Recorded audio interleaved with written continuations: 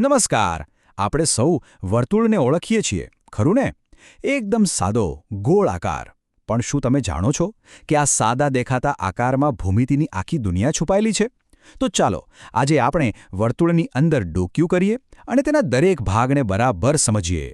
હા, વર્તુળ ગોળ જ હોય છે, પણ સવાલ એ છે કે એની અંદર શું છે? શું એ ખાલી ગોળ લીટી જ છે કે પછી એના પણ કોઈ ખાસ ભાગો હોય છે? ચાલો, આ સફર શરૂ કરીએ અને આ રહસ્ય પરથી પડદો ઉઠાવીએ. તો સૌથી પહેલાં વર્તુળ એટલે શું? જુઓ, ગણિતમાં એ ખાલી ગોળાકાર નથી, એની એક ચોક્કસ વ્યાખ્યા છે.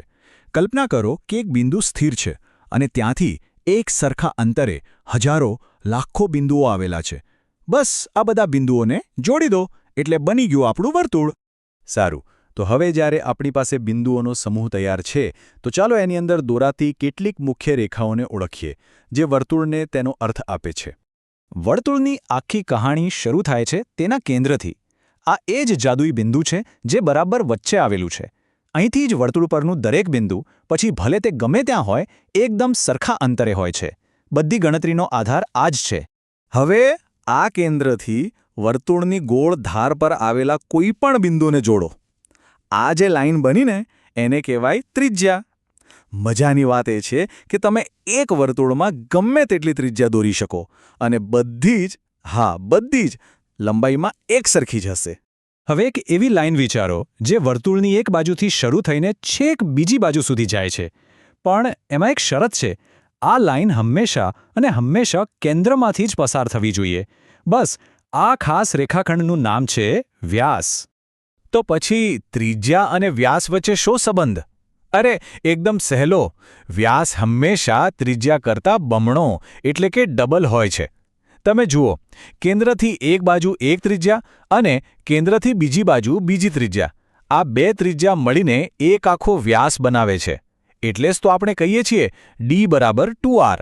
સારું, હવે વ્યાસ જેવી જ એક બીજી રેખા છે, પણ એના નિયમો થોડા ઓછા છે.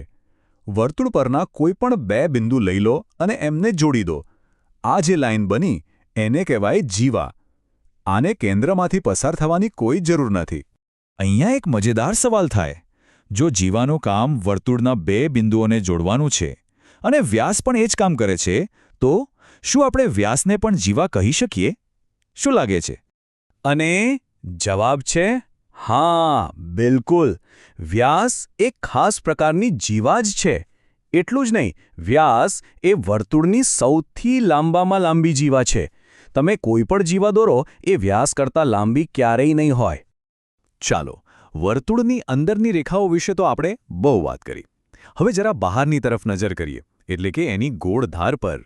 ધારો કે તમે વર્તુળની ધાર પર ચાલવાનું શરૂ કરો અને એક આખું ચક્કર પૂરું કરીને પાછા એ જ જગ્યાએ આવો. તો તમે જેટલું અંતર કાપ્યું એને કહેવાય છે પરિઘ. સાવ સહેલા શબ્દોમાં કહીએ તો આ વર્તુળની કુલ લંબાઈ છે. અને જો આ આખા પરિઘનો માત્ર એક ટુકડો લઈએ તો? બસ, વર્તુળ પરના બે બિંદુઓ વચ્ચેના આ ટુકડાને ચાપ કહેવાય છે. અને સ્વાભાવિક છે કે એના બે ભાગ હોય. જે નાનો ટુકડો છે એ લઘુચાપ અને જે મોટો લાંબો રસ્તો છે એ ગુરુચાપ.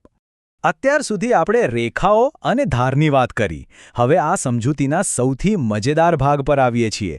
હવે આપણે વર્તુળના ટુકડા કરવાના છીએ, અને એ પણ એવી રીતે કે તમને હંમેશા માટે યાદ રહી જાય. પહેલાં ગણિતની રીતે સમજીએ. જ્યારે બે ત્રિજ્યાઓ અને એમની વચ્ચે આવેલી ચાપથી કોઈ ભાગ ઘેરાય તો એને વૃત્તાંશ કહે છે. પણ આને યાદ રાખવાની સૌથી સહેલી રીત કઈ છે ખબર છે? બસ એટલું યાદ રાખો. વૃત્તાંશ એટલે પિઝાનો ટુકડો. છે ને એકદમ સહેલું?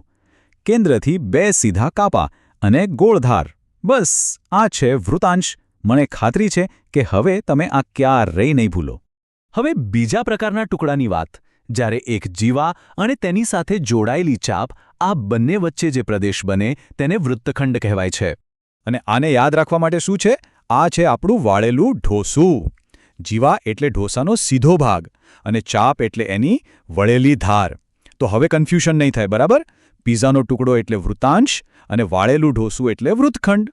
સારું, તો આપણે કેન્દ્ર, ત્રિજ્યા, વ્યાસ, જીવા, વૃત્તાંશ, વૃત્તખંડ બધું જ જોઈ લીધું. પણ મનમાં એક સવાલ થાય કે આ બધું જાણવું આટલું જરૂરી કેમ છે? કારણ કે આ ફક્ત ગણિતના શબ્દો નથી, આ એ પાયાના ઘટકો છે જેના પર દુનિયા ચાલે છે.